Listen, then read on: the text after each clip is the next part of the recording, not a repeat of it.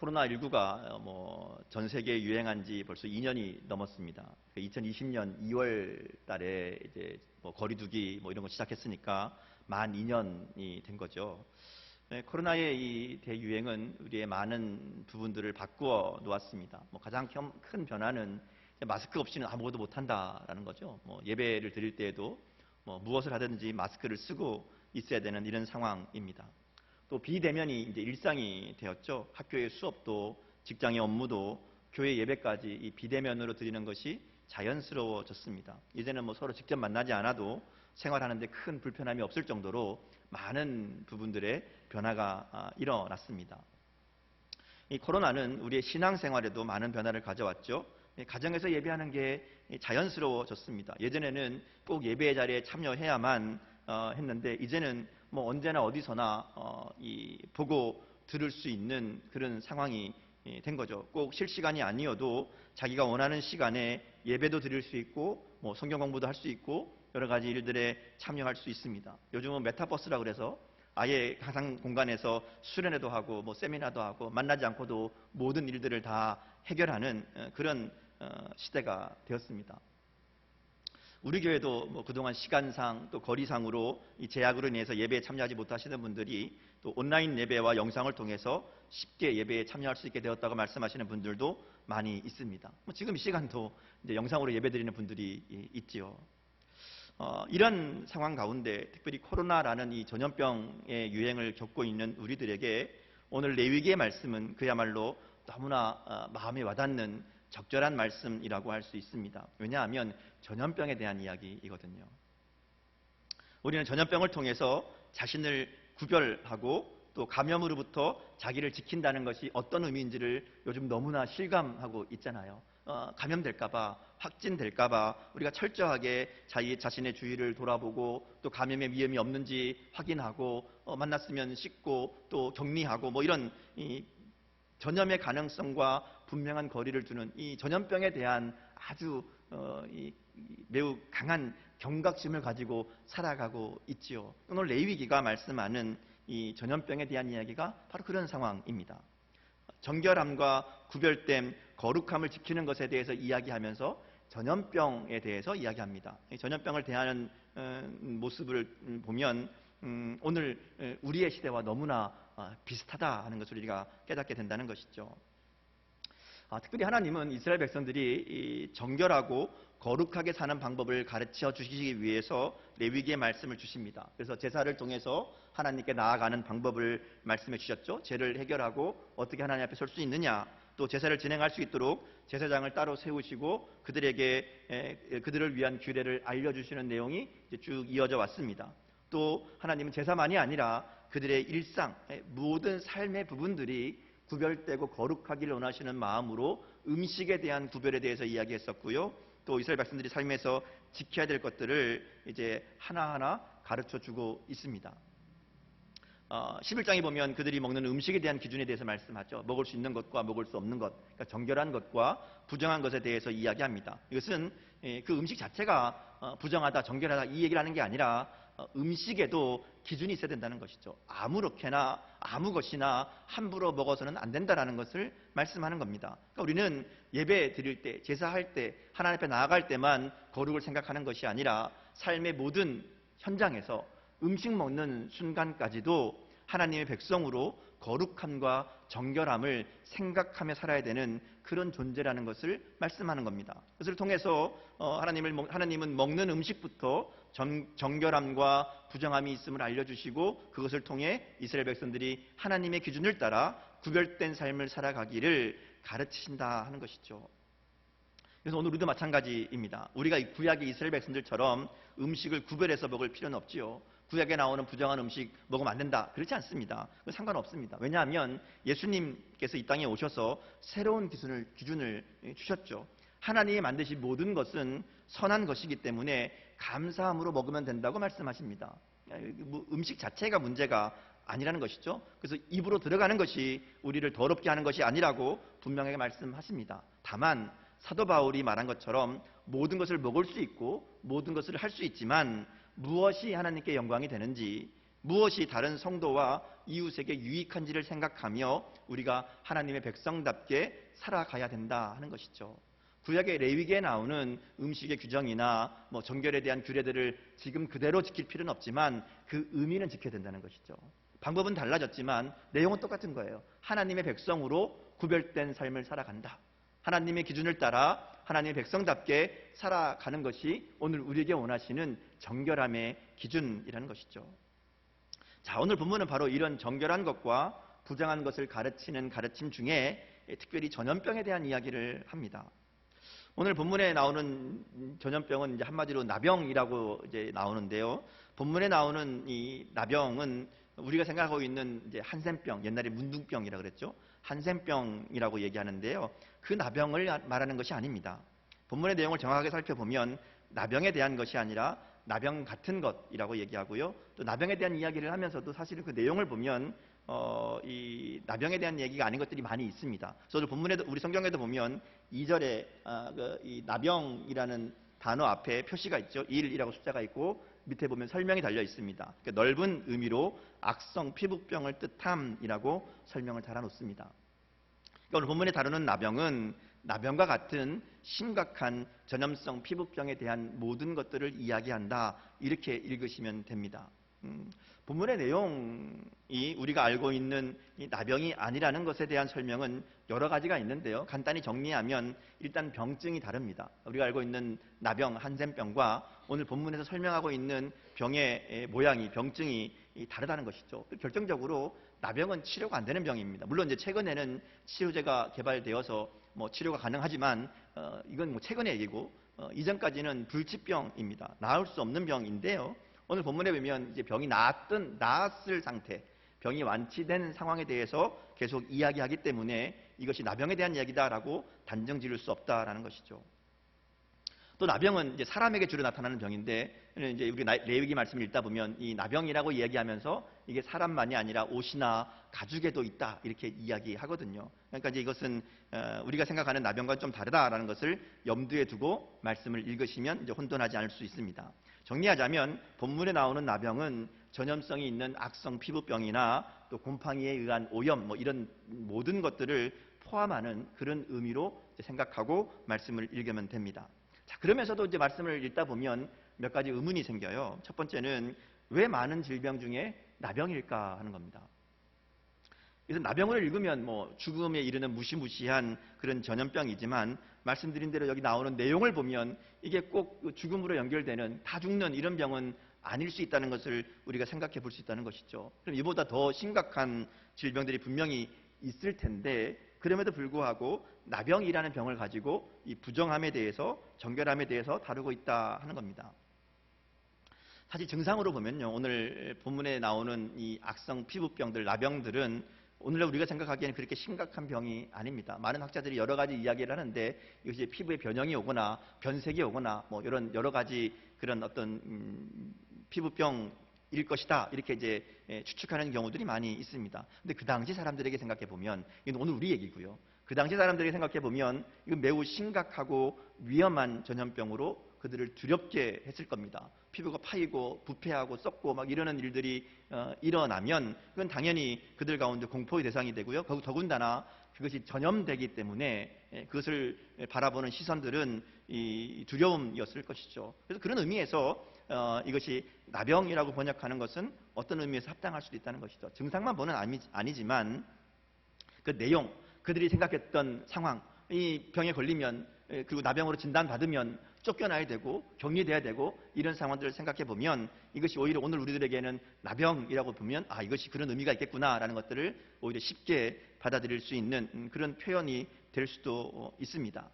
두 번째 질문은 왜 이제 첫 번째 질문과 이어지는데 왜 나병을 이게 병이잖아요. 병이면 의사가 고쳐야 되는데 의사가 봐야 되는데 혹은 병에 걸렸으면 그것을 고치는 내용이 나와야 되는데 오늘 본문에 보면 그런 내용이 안 나옵니다. 나병에 대한 이야기를 하면서 진찰하고 진단합니다. 그리고 격리하는 겁니다.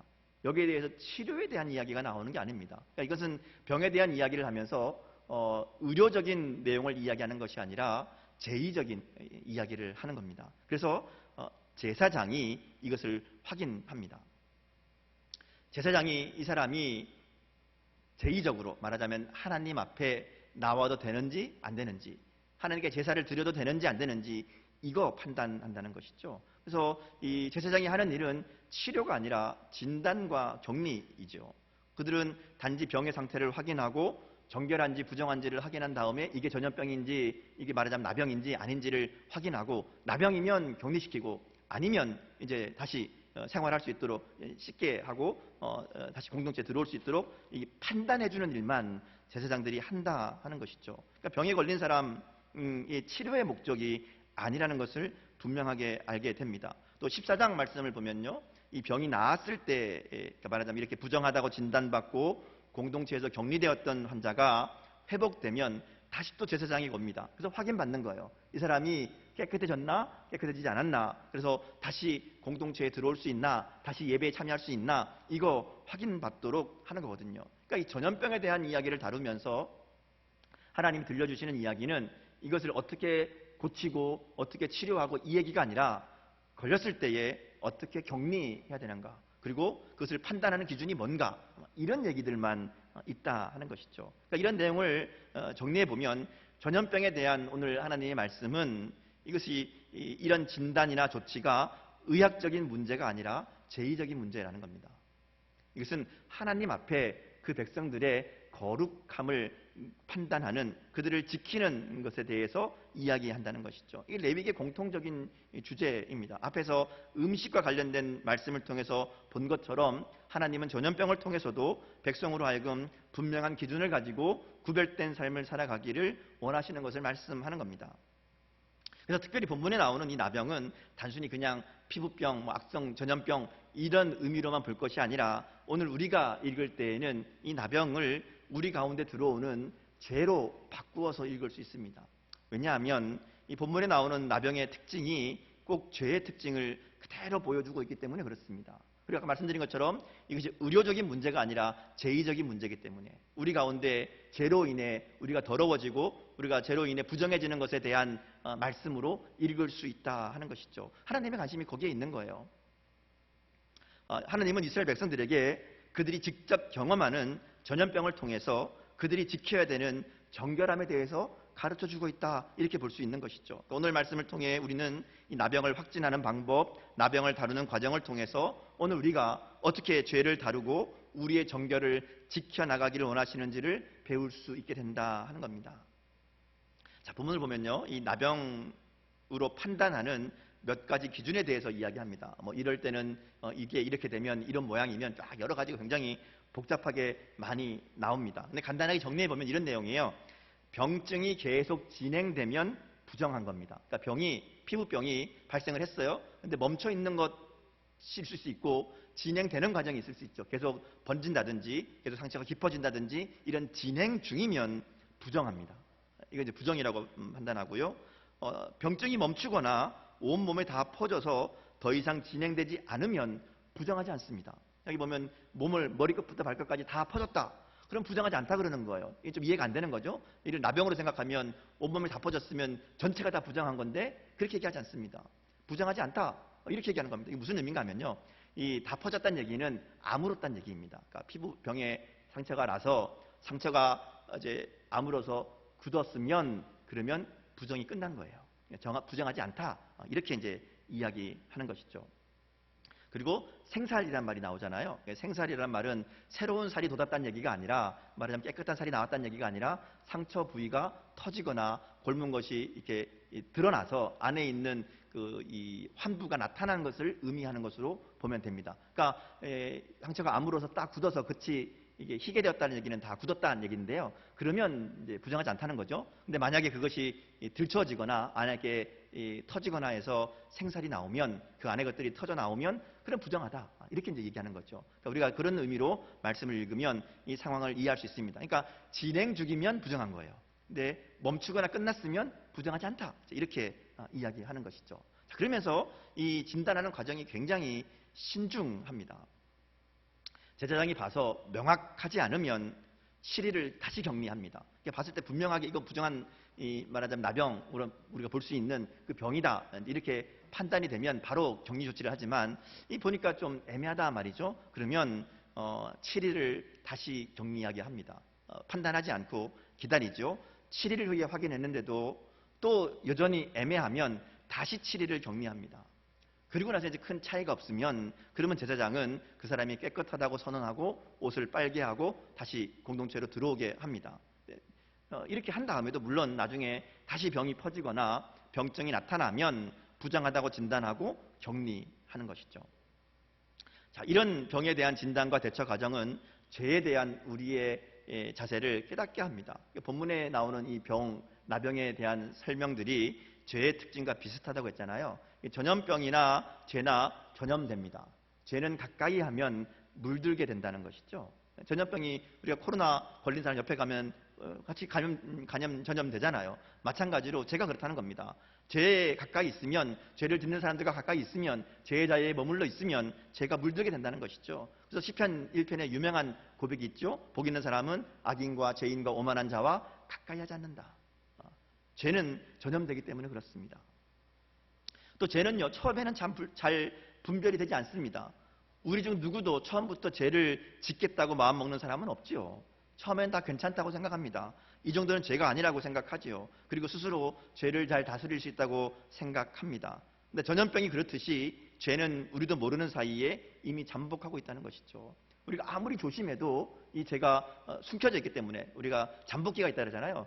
숨어 있기 때문에 볼 수 없습니다. 면역력에 따라 증상이 달라지듯이 우리가 좀 약해지면, 우리의 믿음이 좀 약해지면, 그러면 죄가 여지없이 머리를 들고 뛰쳐나온다는 것이죠. 그러니까 죄는 잘 불멸되지 않지만 숨어 있다는 겁니다. 우리가 약해질 때만을 기다리고 있다는 것이죠. 또 죄는 끈질기죠. 10절에 보면 부정하지 않다고 확인했지만 또 생살이 생기면 부정해진다라고 얘기합니다. 아까 말씀드린 것처럼 이 생살은 새살이 아니고요, 상처가 벗겨지거나 터져서 안에 있는 살이 나온 것을 의미합니다. 그러니까 겉으로는 다 아문 줄 알았는데, 다 끝났는 줄 알았는데, 다 해결된 줄 알았는데 안에서 골마서 상처가 다시 터진다는 겁니다. 죄가 그렇다는 것이죠. 죄는 다 해결했다고 생각했는데, 다 끝났다고 생각했는데, 다 없어졌다고 생각했는데 그렇지 않을 수 있다는 것이죠. 적당히 덮고 아닌 척하면 괜찮아 보입니다. 해결된 것처럼 보입니다. 그러는 사이에 죄는 우리 속에서 더 깊어지고 결국은 터지게 되어 있다는 겁니다. 그리고 그 삶을 망가지게 하는 거죠. 이 나병이 육신을 망가뜨리듯이 죄는 우리의 영혼과 우리의 삶을 망가지게 한다는 겁니다. 또 나병과 죄는요, 동일하게 관계를 단절하게 합니다. 이 나병에 걸린 사람들과 격리돼야 되죠. 마찬가지로 죄는 우리와 하나님과의 관계를 끊어지게 합니다. 이 나병이 사랑하는 사람들과 함께 살지 못하게 만들고 그들과 격리하게 하듯이 죄는 우리가 하나님과 함께 살아가지 못하게 한다는 것이죠. 뿐만 아니라 죄는 우리가 사람들과 싸우게 만들고 미워하게 만든다는 겁니다. 모든 관계를 끊어지게 만드는 것이 죄가 하는 일이라는 것이죠. 이게 병과 똑같다 하는 겁니다. 그래서 나병 비슷한 것이 생기면 곧 제사장에게 가야 된다라고 얘기하는 거예요. 2절에 보면 피부에 이상한 것이 발견되면 곧 제사장에로 데리고 가라고 말씀합니다. 죄는 괜찮을 거라고, 다스릴 수 있다고, 이 정도는 해결할 수 있다고 내버려 두어서는 안 된다는 것이죠. 비슷한 것만 있어도 우리는 즉시 그것을 심각하게 바라보고 민감하게 반응해야 된다라는 것을 분명하게 말씀하는 겁니다. 우리가 이런 전염병의 특징을 통해서 죄의 특징들을 다시 한번 발견하게 되고요, 우리 가운데 이 전염병의 위협이 있는 것처럼 죄의 위협이 언제나 도사리고 있음을 우리가 분명하게 기억해야 된다 하는 것이죠. 또 오늘 본문에 보면요, 이 전염병을 대하는 모습을 통해서 우리가 죄를 다루는 방법을 배울 수 있게 됩니다. 우리가 본문을 통해서 깨닫게 되는 것은 하나님의 백성은 죄를 짓지 않는 존재가 아니라는 겁니다. 이스라엘 백성들에게 늘 전염병의 위험이 있듯이 하나님을 믿는 우리의 삶에도 늘 죄의 유혹과 위험이 도사리고 있다는 것이죠. 때로는 전염병이 막 발생하기도 합니다. 중요한 것은 그것을 잘 분별하는 것이죠. 그리고 구별하고 격리해서 공동체를 안전하게 지키는 것이라는 겁니다. 전염병이 언제나 어디서나 일어날 수 있듯이 죄도 우리의 삶 가운데 언제나 어디서나 우리 가운데 나타날 수 있습니다. 그러면 우리 그것을 잘 분별하고 오늘 제사장을 통해서 이 나병을 분별하고 조치를 취하는 것처럼 우리 가운데, 우리 가정 가운데, 우리 교회 가운데 죄의 모습이 발견되면 그러면 즉시로 바르게 판단하고 분별하고 그리고 격리하는, 해결하는 그런 조치들이 우리 가운데 있어야 된다 하는 것이죠. 신자들의 정결한 삶이라는 것은 죄를 짓지 않는 삶이 아닙니다. 어떻게 보면 우리는 죄를 지을 수밖에 없는 삶이죠. 중요한 것은 그런 죄의 위험 가운데 노출돼 있지만, 그리고 날마다 죄를 지을 수 있지만 그 죄를 회개하고 그리고 그 죄와 싸우면서 정결한 삶을 살아가기를 힘써야 된다 하는 겁니다. 그래서 레위기 11장에 나오는 것처럼 이 셈에는 사체가 부정한 것이 떨어져도 그것이 부정해지지 않는다고 얘기합니다. 사체가 닿으면, 그러니까 부정한 것이 닿으면 다 부정해집니다. 그것도 부정해지고 옷도 부정해지고 만진 사람도 부정해지고 다 부정해지는데 셈은 부정해지지 않는다고 얘기해요. 왜냐하면 날마다 새롭게 되거든요. 마찬가지입니다. 우리가 죄에 대해 분명한 경각심을 가지고 또 나와 공동체를 지키기 위해서 철저한 진단과 격리가 필요하다는 것을 말씀을 통해 분명히 깨달아야 됩니다. 그리고 우리가 죄에 오염되었다 할지라도, 죄를 지었다 할지라도 우리는 바로 그것을 해결하는, 십자가의 은혜로 정결하게 하는 결단이 우리 가운데 있어야 된다 하는 것이죠. 오늘 본문에 이어지는 말씀을 보면요, 나병을 진단받은 사람이 격리되어 살면서 자신이 부정하다고 외치게 합니다. 나는 부정하다. 사람들로 하여금 알게 하죠. 이것은 내가 부정하니까 오지 말아라 뭐 이렇게 하는 그런 의미도 있지만요, 이것은 죄에 대한 고백입니다. 내가 부정하다는 것을 고백하는 것이죠. 그리고 자기 힘으로 이겨낼 수 없다는 것을 고백하는 겁니다. 아까 말씀드린 것처럼 오늘 말씀에 보면요, 이 나병에 대한 해결책이 안 나와요. 격리하는 조치는 나오는데 고칠 수 있는 내용은 없습니다. 고치지 못하는 것이죠. 부정한 것이기 때문에, 부정한 것이 전염되기 때문에 격리하고 피하라는 것만 있다는 거죠. 이것은 죄에 대한 우리의 무기력함을 보여주는 것이기도 합니다. 우리가 우리 힘으로 죄를 해결할 수 없거든요. 그저 피하는 정도밖에 할 수 없는데 그럼 우리에게 희망이 없느냐? 우리는 그럼 죄에게 맨날 지고 그저 죄 짓고 용서받고 죄 짓고 용서받고 이럴 수밖에 없느냐 하는 것이죠. 그렇지 않습니다. 이길 수 있는 방법이 있어요. 마태복음 8장에 보면요, 이런 부정을 해결하시는 예수님의 모습을 만나게 됩니다. 여기 보면 아주 특별한 말씀을 발견하게 됩니다. 구약에서 이 부정이라는 것은 만지는 사람도 부정하게 만들죠. 전염됩니다. 그래서 조심하고 피하고 격리하고 하는 거잖아요. 근데 예수님이 이 마태복음 8장에 보면 산상수훈 말씀을 이게 산에서 말씀을 다 전하시고 내려옵니다. 내려오는 게 첫 번째 만나는 사람이 나병 환자였어요. 근데 거기 보면 예수님이 나병 환자를 고쳐주십니다. 마태복음 8장 3절 말씀인데요, 우리 같이 한번 읽어보겠습니다. 같이 읽습니다. 예수께서 손을 내밀어 그에게 대시며 이르시되 내가 원하노니 깨끗함을 받으라 하시니 즉시 그의 나병이 깨끗하여진지라. 여기 보면요, 주님이 손을 내밀어서 그를 만졌다 이렇게 얘기합니다. 그러니까 레위기에 나오는 말씀으로 보면 만지면 안 됩니다. 부정해지잖아요. 부정한 사람을 만지면 부정해집니다. 근데 예수님은 이 부정한 사람을 만지시는 거예요. 그리고 오히려 예수님의 손이 닿는 순간 그 부정이 전염되는 것이 아니라 그 부정이 깨끗해지는 겁니다. 나았죠. 나았다라는 것이죠. 그래서 마태복음 보면 병이 나았다라고 표현하지 않고 깨끗해졌다라고 표현합니다. 오늘 이것이 주님이 우리에게 주신 은혜입니다. 구약에서는요, 이 병, 부정 이런 것들을 두려워하고 피하고 격리시킬 수밖에 없습니다. 그런데 예수님이 이 땅에 오셔서 우리 가운데 보여주신 것은 그 부정을 깨끗하게 하시는 겁니다. 예수님이 이 땅에 오셔서 부정한 우리를 위해 십자가에 달려 죽으셨습니다. 그리고 부정한 우리를 먼저 찾아오셔서 우리를 만지심으로 우리를 깨끗하게 하시고 우리를 거룩한 하나님의 자녀가 되게 하신 겁니다. 이것이 나병을 통해서 우리에게 말씀하시는 하나님의 마음이라는 것이죠. 그러기에 우리는 예수님을 믿고 예수님의 은혜로 구원받은 우리들은 더 이상 이 죄의 부정을 두려워할 필요가 없다는 것이죠. 부정이 우리에게 전염되는 것이 아니라, 그리고 예수의 보혈을 우리 마음속에 품고 살아가면, 예수님의 은혜가, 예수님의 사랑이 우리 가운데 있으면 부정을 이길 수 있는 겁니다. 오히려 부정을 정결하게 만들 수 있습니다.